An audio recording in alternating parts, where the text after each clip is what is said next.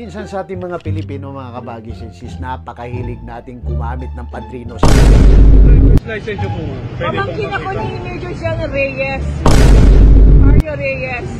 So, wag mo akong aanihin. I'm military. I'm from Armed Forces of the Napakahilig nating gumamit ng mga pangalan para lang makalusot sa ating mga katarantaduhan. Sa isang ako ay Oso Balikatan. Ay Oso Balikatan. Wala kaming pakialam kung galing ka ng balikatan. At sana doon sa pinanggalingan mong lugar mo, sinigurado mo na bago ka mag-drive sa amin dito sa Pilipinas, merong kang lisensya. Digital na ngayon ang karma at digital na ngayon ang parusa.